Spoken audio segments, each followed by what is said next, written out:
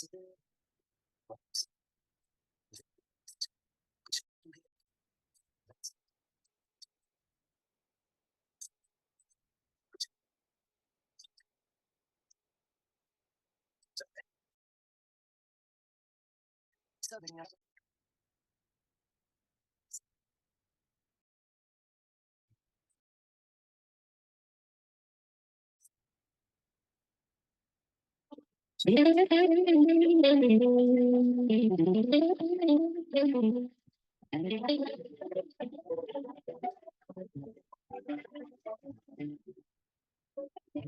पे तेरे बादल झुकेंगे जब तक तुझे एहसास है जागीर है तेरी तेरा खजाना ये तशनगी है ये प्यास है क्यों रोकना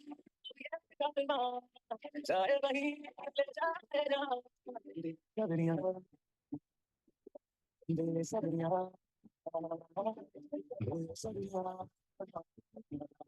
बेसब्रियां बेसब्रियां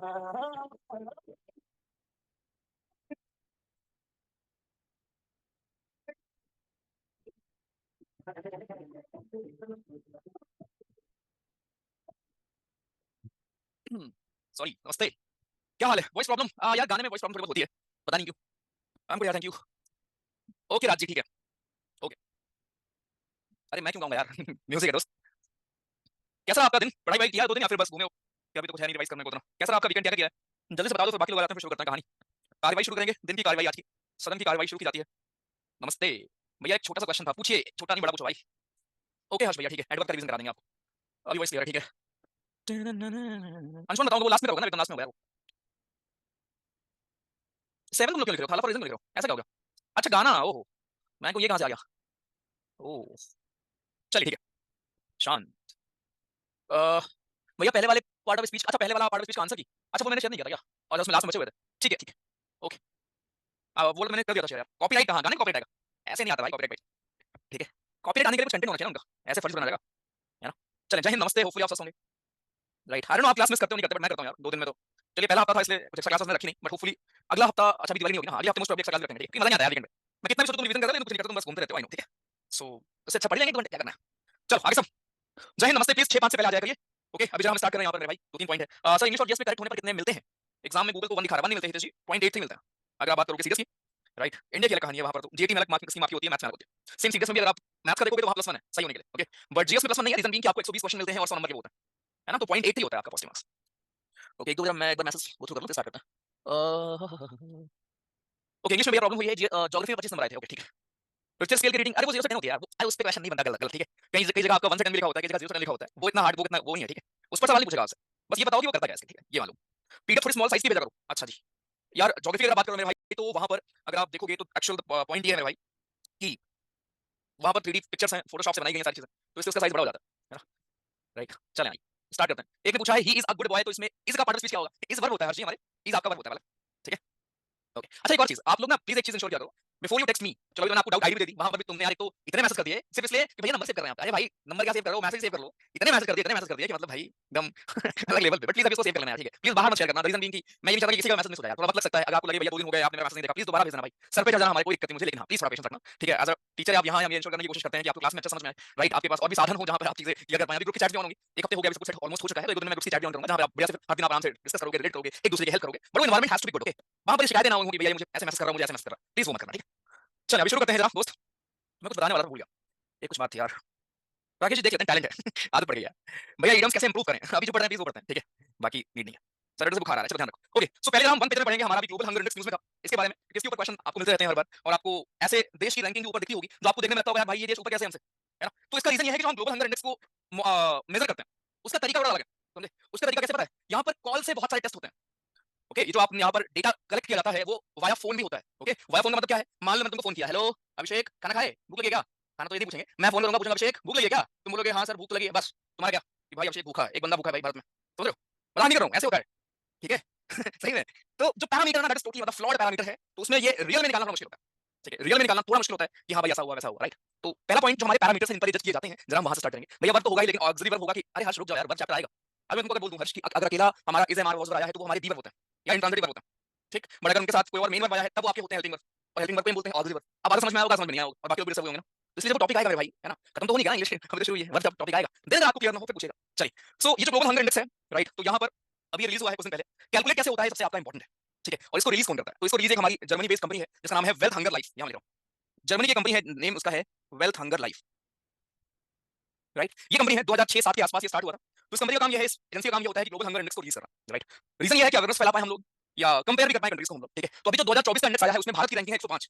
we are at 105 out of 127, मतलब हम फॉल करते हैं बहुत ही सीरियस लेवल वाले, राइट। मतलब हम उधर फॉल कर रहे हैं भाई कि एकदम ही हालत खराब है, क्योंकि ऑब्वियसली 127 देशों में 105वें नंबर पर है, हमसे ऊपर ऐसे देश भी हैं जहाँ युद्ध चल रहा है, सोचो, जहाँ पर एयर ड्रॉप करना पड़ रहा है खाना वाना, राइट। तो रीजन नहीं, ऑब्वियसली रीजन ये भी है कि हमारा इतना बड़ा पॉपुलेशन, राइट। तो वो भी एक बड़ा फैक्टर होता है ऐसे इंडेक्सेस में अगर हम पीछे होते हैं तो, okay. But again in indexes पर हमेशा से सवाल उठा रहा है, हमें यार एग्जाम के पर्सपेक्टिव से पढ़ना पड़ता है, लेकिन इनके बेसिस पर हम जज नहीं कर सकते कि हाँ यार देखो ये देश वो देश ऐसा है। अब जैसे अभी मैं आपको आज की न्यूज़ बताऊं, कनाडा, कनाडा ने एक डॉक्यूमेंट्री बैन कर दी, राइट। कोई इंडियन डॉक्यूमेंट्री थी, कनाडा के किसी ऑफिसर ऐसे उनकी सरकार के ऊपर उनकी सच्चाई दिखा रही थी, तो उस डॉक्यूमेंट्री को कनाडा बैन कर दिया गया। अब अगर आप प्रेस फ्रीडम इंडेक्स में जाओगे तो कनाडा शायद अंडर 30 है, मुझे एग्जैक्ट नंबर याद नहीं है, 30 में है, 14 नंबर है, 14 नंबर है, ऐसा कुछ है, मतलब अंडर 40 है।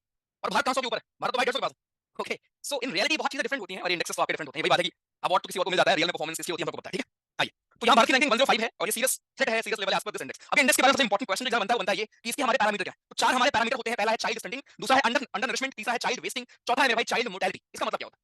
तो चाइल्ड स्टंटिंग का मतलब ये होता है कि यार बच्चों का क्या वो शेयर है, वो 5 साल से छोटे बच्चे उनका क्या शेयर है, राइट, जिनकी हाइट कम है, जिनको भैया जी अंडर न्यूट्रिशन बेसिकली मिल रहा है। तो चाइल्ड स्टंटिंग का मतलब समझते हो क्या होता है? इसका मतलब ये होता है कि जो हमारे बच्चे हैं अंडर 5 साल के, जो हमारे 5 साल के अंदर के बच्चे हैं, उनकी क्या हाइट नहीं बढ़ रही है, क्या हाइट रुक गई? उसका रीजन क्या है कि उनको खाना नहीं मिल रहा है, प्रॉपर कैलोरी नहीं मिल रही है, नरिशमेंट नहीं मिल रहा है उनको। सो ये एक बहुत बड़ा फैक्टर होता है आपके चाइल्ड स्टंटिंग, इसको हम बोलते हैं। दूसरा आपका होता है undernourishment as a whole. इसमें क्या होता है? इसमें हम पूरी पॉपुलेशन केवल चाइल्ड की बात नहीं करते, पूरे पॉपुलेशन को देखते हैं, राइट, जिनका कैलोरी इंटेक इनसफिशिएंट है।